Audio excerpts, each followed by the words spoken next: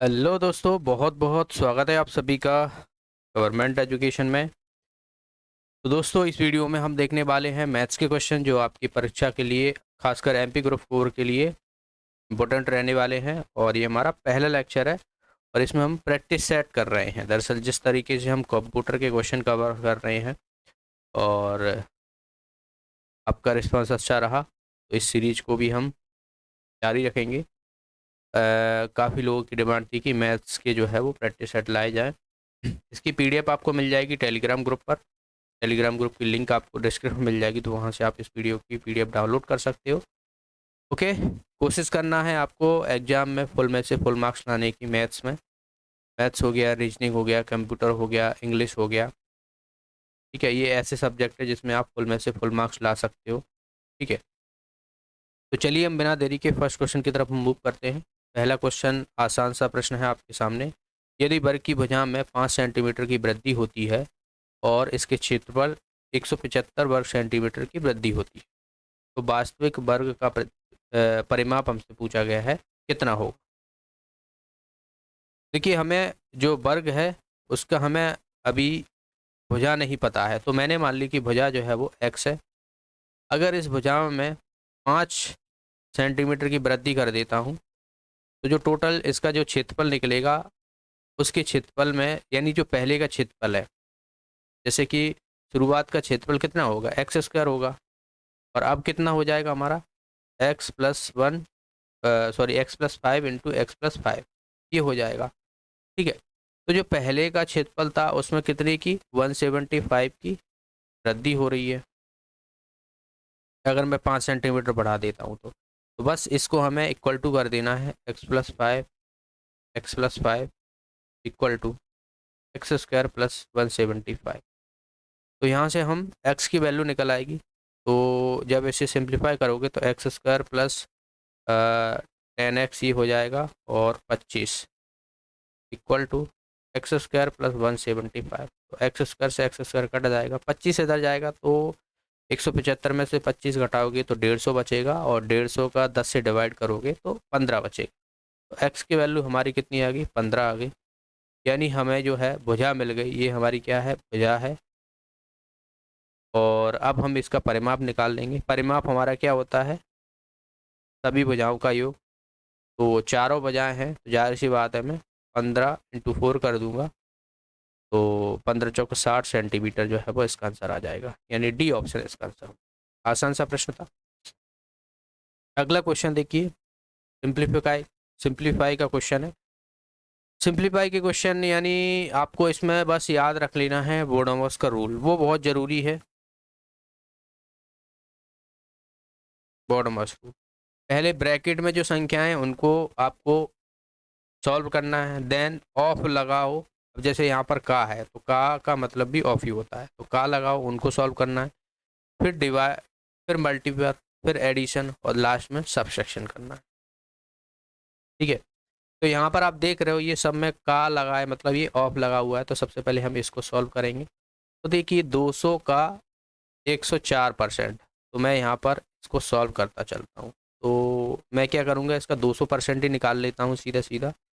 भाई परसेंटेज आप इधर लगाओगे, जैसे कि देखो हमें क्या करना है, समय बचाना।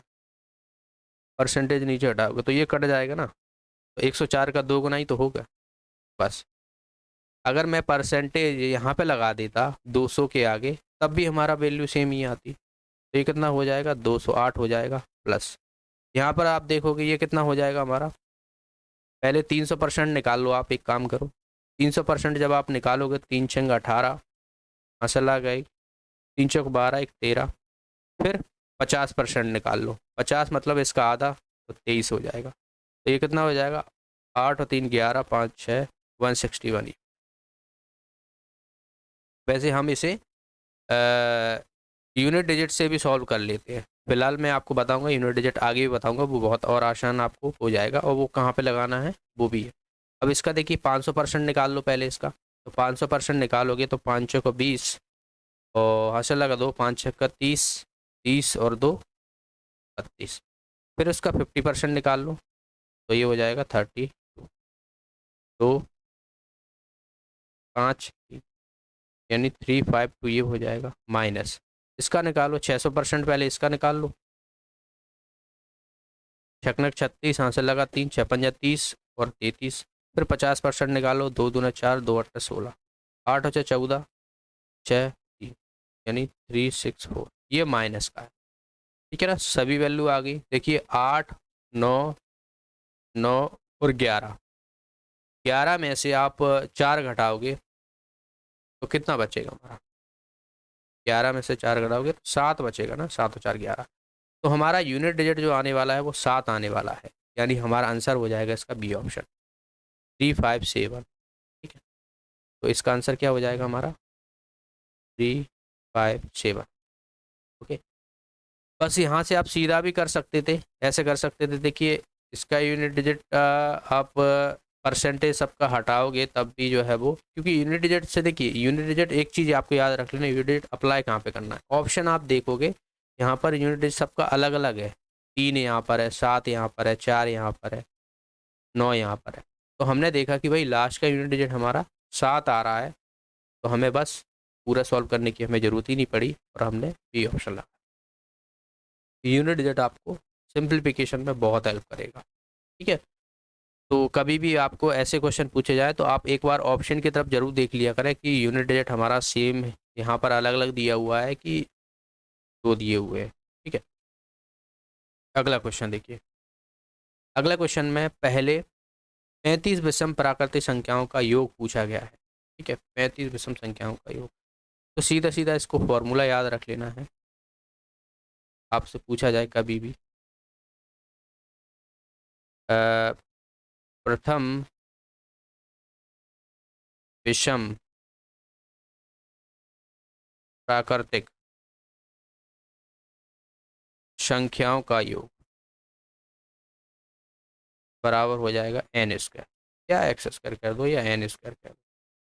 ठीक है, तो जैसे कि यहाँ पर 35 विषम संख्याओं का, तो हमारा n जो है वो यहाँ पर कितना है? 35 है, तो बस 35 का स्क्वायर ले लो आप, कितना हो जाएगा? 5 25 और 4 13, ये हो जाएगा हमारा बी ऑप्शन।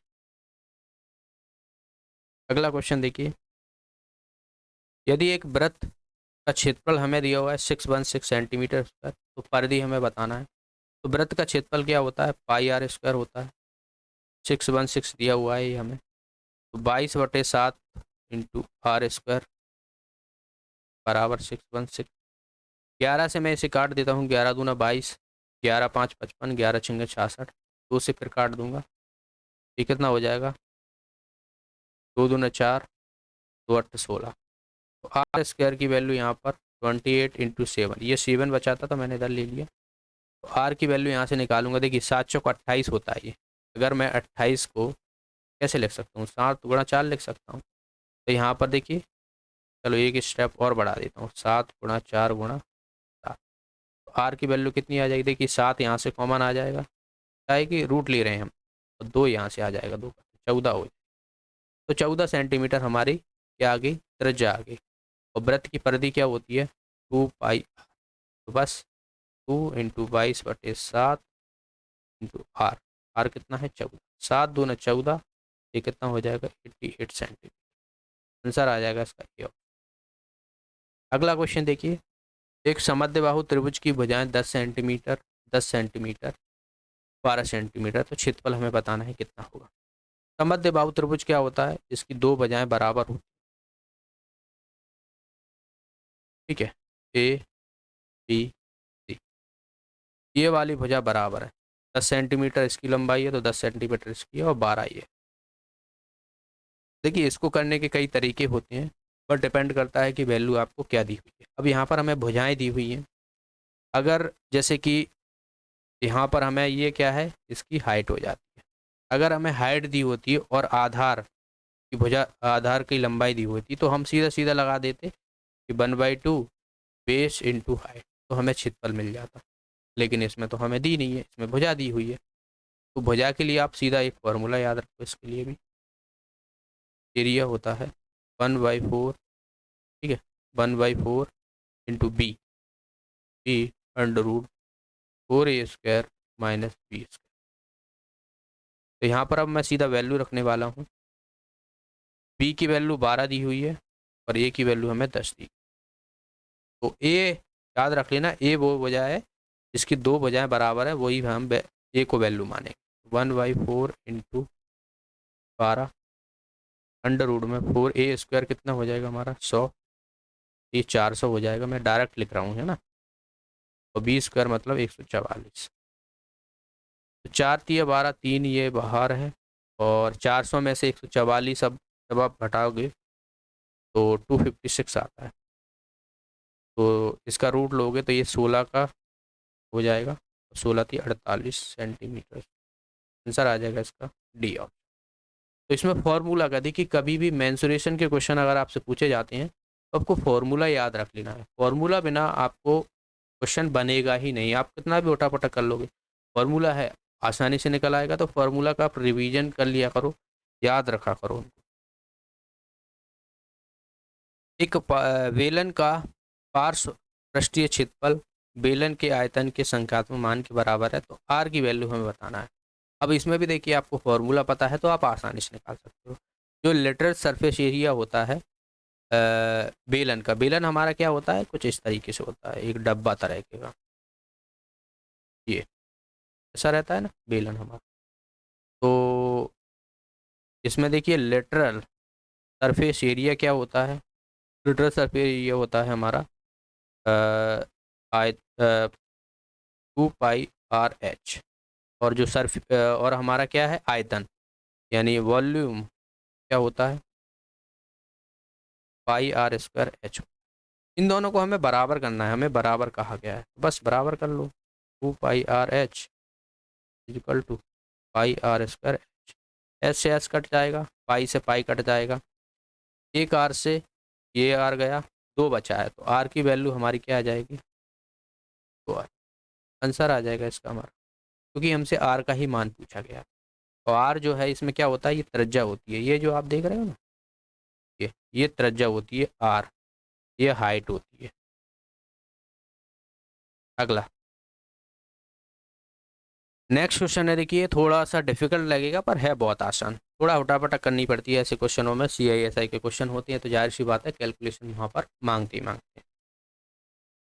2 वर्षों की अवधि के लिए दी गई दर के साथ एक निश्चित राशि पर वार्षिक रूप से संयोजित साधारण ब्याज और चक्रवृद्धि ब्याज हमें दिया हुआ है 700 और 756।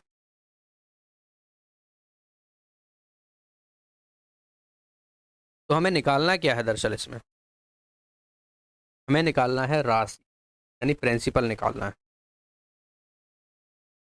देखिए हमें टाइम दिया हुआ है ऑलरेडी, 2 वर्ष दिया हुआ है।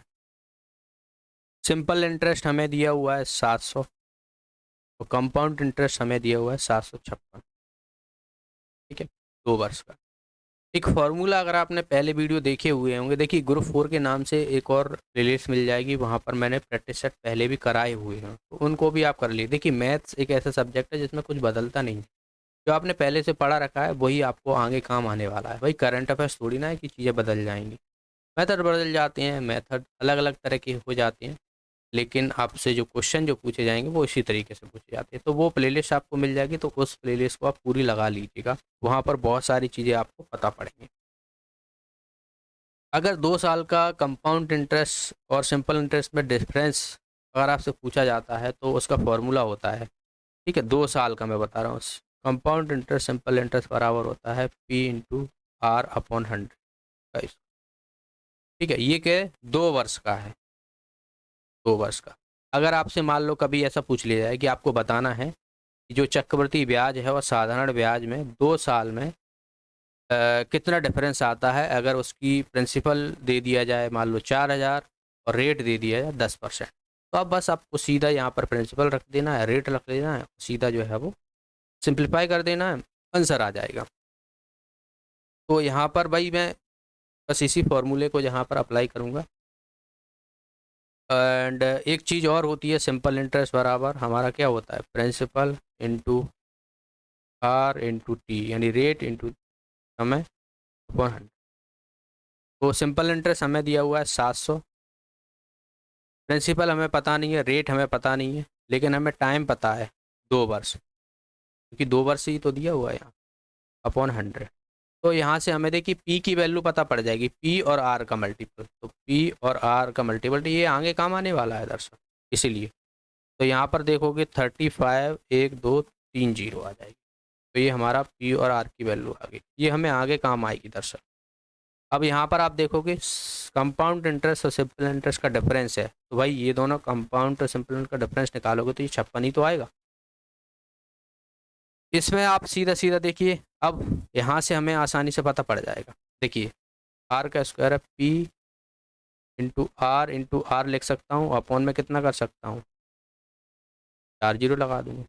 पी आर की वैल्यू हमें पता है इतना है कि नहीं है, ये 56 इजिकल टू 35 1 2 3 ना 3 इंटू आर अपॉन में 1 2 3 4। ओके सही है, कोई दिक्कत तो नहीं है, बिल्कुल सही है। अब जब आप इसे सॉल्व करोगे, यहाँ से इसे हटाओगे, ठीक है, 5 7 35, 5 दूना 10, 7 8 56, 8 दूना 16, तो आर की वैल्यू हमारे से आ जाएगी 16%। रेट ऑफ इंटरेस्ट हमें पता पड़ गई। अब हम आसानी से जो है वो अपना प्रिंसिपल निकाल सकते हैं, क्योंकि हमें देखिए सिंपल इंटरेस्ट पता है 700 है, ई हमें निकालना है, रेट हमें पता पड़ गई 16 है और 2 वर्ष में, तो बस इसको सॉल्व कर लो भाई, कितना आ जाएगा ये हमारा। पॉइंट में वैल्यू आएगी ये तो है ना, और पॉइंट में हमारे 2 ऑप्शन दिए हुए हैं। चलो कोई नहीं, सॉल्व तो फिर भी करना पड़ेगा आपको। 35 1 2 3, ठीक है ना भाई, ये जीरो इधर जाएगा, 2 से ये कट जाएगा, नीचे आ जाएगा 16, तो 16 दूना 32, 32 और कितना बचा 3 बचा, 16 एकन 16 21, 21 के फेर फेर में आएगा फिर तो। अब देखिए एक ही ऑप्शन ऐसा दिया हुआ है हमें 21 का, तो ये आ जाएगा इतना, आंसर आ जाएगा। आपको पूरा सॉल्व करने की जरूरत है ही नहीं, ऑप्शन देख लिया। अगला क्वेश्चन देखिए, 30 संख्या x के 150% के 1/5 का 4/5 भाग का परिणाम है, तो उसी संख्या का 80% क्या होगा। अच्छा क्वेश्चन है। देखिए 30 कोई संख्या है, x का कितना 50%, 150%, ठीक है, और कितना 1/5वां भाग का 4/5वां भाग 30 के बराबर है, 30 के बराबर है ना, 30 के बराबर है, ठीक है। बस इसको हमें सॉल्व कर देना है। देखिए 0 से 0, 5 ये 15, 5 दूना 10, 2 से ये गया, और ये कितना हो जाएगा 6, 6 पंजा 30, तो x की वैल्यू आ जाएगी 55 25, 25 पंजा 125, सही है, 25 ही आएगी ना, ठीक। और हमें इसका 80% निकालना है, तो भाई 80% निकाल लो इसका, 25 पंजा 125, 25 चौक 100, यानी ये आ जाएगी 100, आंसर आ जाएगा इसका 100। लो नेक्स्ट क्वेश्चन की तरफ बढ़ते हैं, और अगला क्वेश्चन है, एक स्टेडियम में बैठने की क्षमता 45% बढ़ा दी गई है, टिकट की कीमत में 20% की वृद्धि कर दी गई है, तो हमें टोटल जो है वो लाभ कितना होगा ये हमसे पूछा गया है। अच्छा क्वेश्चन है।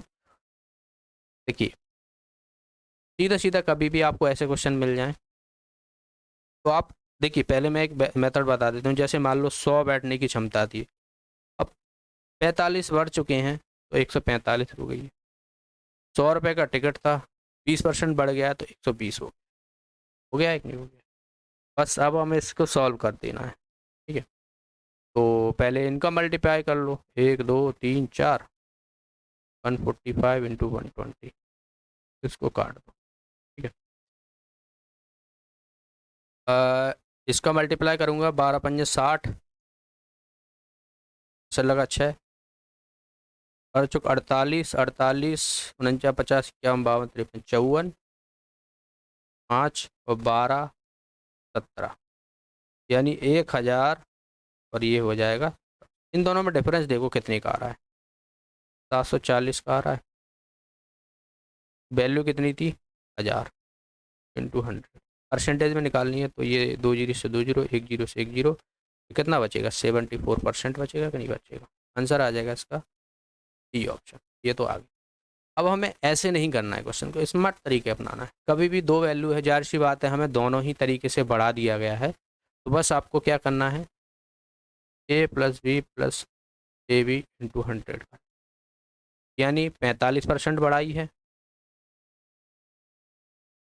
30%, 45 दूना 90 अपॉन 100, सही है। दोनों जाहिर सी बात है बढ़ोतरी हुई है। अच्छा ये 900 आएगा ना, 20% बढ़ाइए तो 45 दूनी 90 और 2 जीरो, ठीक है। यहाँ से ये जीरो कट जाएगा, ये हो जाएगा कितना, 45 60 और 9 74, आ गया आंसर। ऐसे भी आप निकाल सकते हो। अगर मान लो इसी में यही कह दिया जाता कि बैठने की क्षमता तो भाई 45% बढ़ा दी है, लेकिन टिकट में कम कर दिया है 20%, तो 20% कम कर दिया है तो आपको 20% माइनस वैल्यू लेनी पड़ेगी। माइनस वैल्यू लोगे मतलब देखिए 45 माइनस 20 प्लस माइनस। अब देखिए यहाँ पर प्लस माइनस होता है, ये वैल्यू डिपेंड करता है, जाहिर सी बात है माइनस की 20 है और प्लस का 45 है तो माइनस में आएगी, मल्टीप्लाई करोगे तो 900, तो आप देखोगे ये 29 हो गया और 29 में से 45 घटाओगे तो जो वैल्यू आएगी वो हमारा वृद्धि होगा, समझ गए। तो ऐसे क्वेश्चन आपको इस तरीके से करना है, ना कि इस तरीके से। तो ये मैंने आपको बेसिक मेथड बता दिया है, बाकी ये वाला हमें अप्लाई करना है, ये वाला चीज। ओके, अगला क्वेश्चन है, एक मोटर बोट खड़े पानी में 10 किलोमीटर प्रति घंटा की गति से चल रह सकती है, वह नदी में 36 किलोमीटर अनुप्रवाह चली जाती है और वहीं से लौट कर वापस आ जाती है, कुल 20 घंटे लगते हैं उसको। तो हमें नदी में जो प्रवाह है यानी धारा है, नदी नदी की जो धारा है उसकी गति हमें पता। तो देखिए बोट की हमें स्पीड पता है 10 किलोमीटर पर आवर चलती है, ठीक है। अब जाहिर सी बात है एक बार धारा की दिशा में जाएगी ए और धारा की विपरीत दिशा में आएगी, और डिस्टेंस हमें कितनी दी हुई है 36, तो 36 किलोमीटर। हमें पता है कि डिस्टेंस बराबर होता है स्पीड इनटू टाइम, होता है कि नहीं होता। तो अगर मैं इसमें से टाइम निकालूं तो टाइम बराबर क्या हो जाएगा, डिस्टेंस अपॉन स्पीड हो जाएगी कि नहीं हो जाएगी, बिल्कुल। तो एक बार जब धारा की दिशा में जाएगी तो बोट की स्पीड और धारा की स्पीड दोनों जुड़ेंगी कि नहीं जुड़ेंगी, तो ये प्लस हो जाएगा, प्लस। अब वापस आती है, लेकिन डिस्टेंस तो हमारी सेम ही है, लेकिन जो उसकी गति है बोट की वो घट जाएगी, क्योंकि अब जो है वो धारा की विपरीत दिशा में जा रही है, तो उसको ज़्यादा, तो कितने घंटे लगते हैं उसको, 20 घंटे लगते हैं। अब आप देखिए, अब यहाँ से खेल करना भाई कि भाई ये तो कैलकुलेटिव आ गया, अब इसको कैसे करें, ये तो कैलकुलेटिव होगा, यहाँ से वहाँ से करना पड़ेगा, बी की वैल्यू रखनी पड़ेगी। नहीं, इतना नहीं करना है आप, सिंपल सा है, ऑप्शन दिए हुए हैं, ऑप्शन में से वैल्यू उठाओ और पुट कर दो। हमें बी की वैल्यू पता है 10 है, 10 है बोट की। अब हमें एस, जाहिर सी बात है 9 अगर मैं यहाँ पर रखता हूँ तो ये 19 हो जाएगा, 19 से डिवाइड होगा 36 नहीं होगा, यहाँ पर देखोगे 1 हो जाएगा यानी 36 हो जाएगा। तो इसके बराबर हमें वैल्यू चाहिए ना 20 के बराबर, तो भाई पहला ऑप्शन तो हो नहीं सकता। अगर मैं 18 रखता हूँ तो 10 प्लस 8 यानी 18 हो जाएगा, 18 दूना कितना हो जाएगा 36, यानी यहाँ से 2 वैल्यू आ जाएगी। और यहाँ पर देखोगे 8 रखूँगा तो 10 में से 8 जाएंगे तो ये कितना बचेगा, 2 बचेगा, और 2 से इसे डिवाइड करूँगा तो ये कितना हो जाएगा 18 हो जाएगा। तो देखिए 2 यहाँ पर है 18 यहाँ पर है, और दोनों को हम ऐड करेंगे तो 20 ही तो आएगा। बस हमारी जो धारा की दिशा है वो हो जाएगी 8 किलोमीटर पर। समझ में आया, इतना सा करना, ज़्यादा हमें कॉम्प्लिकेट नहीं करना है। समय आपके पास बहुत रहेगा, एग्जाम में 2 घंटे का आपके पास पेपर रहता है, 100 क्वेश्चन रहते हैं भाई, ये तो एमपी है, यहाँ पर इतना टाइम में मिलता है, इतना कहाँ मिलता है। 100 में से 100 मिनट तो रेलवे में नहीं देती, 90 मिनट देती हैं 100 क्वेश्चनों के, हाँ तो 120 मिनट मिल रहे हैं। चलिए अगला क्वेश्चन है, 8 आदमी 20 मीटर लंबे सड़क को 20 दिन में खोद सकते हैं, तो 12 आदमी 15 दिन में कितने लंबी सड़क खोद देंगे। सॉरी 18 आदमी है ना, 18 20 दिन में खोद रहे हैं कितना, 12 मीटर, तो 12 आदमी 15 दिन में कितना खोद लेंगे, x मीटर खोद लेंगे। बस इसको हमें सॉल्व करना। तो 6 × 18, 6 दूना 12, 10 हो जाएगा, 3 से 4 बार जाएगा, 15 चौक 60, तो एक्स की वैल्यू कितनी आ जाएगी, 6 आ जाएगी। आंसर आ जाएगा इसका बी ऑप्शन। अगला क्वेश्चन देखिए, ए और बी एक साथ कार्य करते हैं, कार्य करते हुए एक कार्य को 4 दिन में पूरा कर सकते हैं। यदि ए समान कार्य को स्वयं 12 दिन में पूरा कर सकता है तो बी स्वयं कार्य को कितने दिन में पूरा करेगा। दोनों मिलके कितने दिन में काम खत्म कर रहे हैं, 4 दिन में कर रहे हैं, लेकिन ए अकेला काम करता है तो उसे 12 दिन लगते हैं। टोटल वर्क यहाँ से कितना आ जाएगा, ये आ जाएगा 12। ए और बी की एफिशिएंसी कितनी हो जाएगी हमारी, 4 थी अब 12, और ए की एफिशिएंसी हो जाएगी 1। हमें क्या बी का निकालना है भाई, ए बी की एफिशिएंसी इतनी है, केवल ए की एफिशिएंसी इतनी है, दोनों को अगर मैं घटा दूं तो मुझे बी की क्षमता मिल जाएगी 2। टोटल वर्क हमारा 12 है, डिवाइड कर दो 2 से, 6 दिन, तो 6 दिन में जो है वो बी अकेला ख़त्म कर देगा। ठीक है, अगला क्वेश्चन ये फिर से जो है वो सिंप्लीफिकेशन का क्वेश्चन है, इसमें हमें ये वैल्यू दी हुई है जो कि इसके बराबर है, तो हमें ये वाली वैल्यू निकालना है, ये रखा है। तो यहाँ से हमें ए की वैल्यू पता पड़ जाएगी। देखिए 27 इंटू 88% इंटू 10, 24 ए इंटू 11/100। इसे यहाँ से काट दो, 1 जीरो से 1 जीरो काट दो, इसे 8 बार काट दो। ठीक है, फिर 8 ये 24, इसे काट दो, 3 नंबर 27, इसे काट दो। तो ए की वैल्यू तो यहाँ से 9/10 आ रही है जहाँ तक मुझे अंदाज। ठीक है, अब हमें क्या निकालना क्या है, 50 ए का 60%। तो भाई 9/10 रखोगे तो 9×5 = 45, तो ये हो रहा है इंटू 60। तो इसको भी यहीं पे सॉल्व कर देते ना, क्यों इतना करो। 5 नंबर 45, 5 दूना 10, 2 3 6, यानी 27। आंसर आ जाएगा इसका ए ऑप्शन। ओके, अगला क्वेश्चन है, दो संख्याओं का अनुपात हमें दिया हुआ है 2:5। तो एलसीएम उनके एचसीएफ से कितना है, 27 अधिक है। तो बड़ी संख्या हमें बतानी है भाई, संख्याएं हैं 2x और 5x, ये संख्याएं हैं, अनुपात भी आप निकालोगे तो 2:5 है। तो एलसीएम हमारा क्या कहता है भाई, एलसीएम निकालोगे इसका तो कितना हो जाएगा, 10x हो जाएगा नहीं हो जाएगा, और एचसीएफ क्या हो जाएगा, x हो जाएगा। भाई एलसीएम एचसीएफ तो आप सभी को आता होगा, इतना तो आप कर ही सकते हो। अब देखिए आगे हमें जो दिया हुआ है, एलसीएम जो दिया हुआ है वो एचसीएफ से कितना अधिक है, 27 अधिक है। तो अगर मैं एचसीएफ में 27 जोड़ दूँ तो बराबर हो जाएगा नहीं हो जाएगा एलसीएम की वैल्यू। एलसीएम हमारा 10x है, 3x है प्लस 27, तो एक्स की वैल्यू यहाँ से कितनी आ जाएगी, 9 3 27, 3 आ जाएगी। ठीक है, तो हमें सबसे बड़ी वैल्यू बतानी थी, 5x है, तो ये कितनी हो जाएगी, 5 × 3 यानी 15। वैसे आपको इतना करने की ज़रूरत नहीं थी क्वेश्चनों में, आपको बता दूँ। आप समझिए कि ये 5x हमारी वैल्यू रहेगी, बड़ी रहेगी, रहेगी कि नहीं रहेगी, यानी ये 5 का मल्टीपल है। ऑप्शन देखिए आप, इसमें कोई 5 का मल्टीपल है भाई, एक ही तो ऑप्शन दिख रहा है जिसमें 5 का मल्टीपल है। तो हमारा सीधा सीधा हमें आंसर ए लगा के आगे बढ़ जाए, और मेथड जो है वो जानना भी जरूरी है। मान लो यहाँ पर 5 का मल्टीपल और भी दे दिया था, यहाँ से 25 दे दिया जाए, ये भी तो 5 का मल्टीपल है, फिर आपको सॉल्व करना पड़ा। ठीक है, लेकिन क्वेश्चन करने से पहले आप ऑप्शन में जरूर ध्यान दे दिया। अब ऐसे जैसे यहाँ पर दिया हुआ है तो इसमें आपको इतना कुछ करने की ज़रूरत ही नहीं थी, आपको सीधे सीधे जो है वो ऑप्शन लगा के आगे बढ़े, बेफिक्र होके, आपको बिल्कुल भी ऐसे क्वेश्चनों में डरने की ज़रूरत नहीं। ठीक है, तो ये आपके लिए होमवर्क है ये वाला क्वेश्चन। इस क्वेश्चन को मैं आगे नेक्स्ट वीडियो में कराऊंगा। एक क्वेश्चन आपके लिए लास्ट में आपके लिए रहा करेगा, आप इस क्वेश्चन को सॉल्व कीजिए और आंसर बताइए इसमें से कौन सा रहे। ठीक है, मिलते हैं नेक्स्ट वीडियो में। वीडियो अच्छा लगा वीडियो को लाइक कीजिए, कुछ भी डाउट है कमेंट बॉक्स में आप पूछ सकते हो।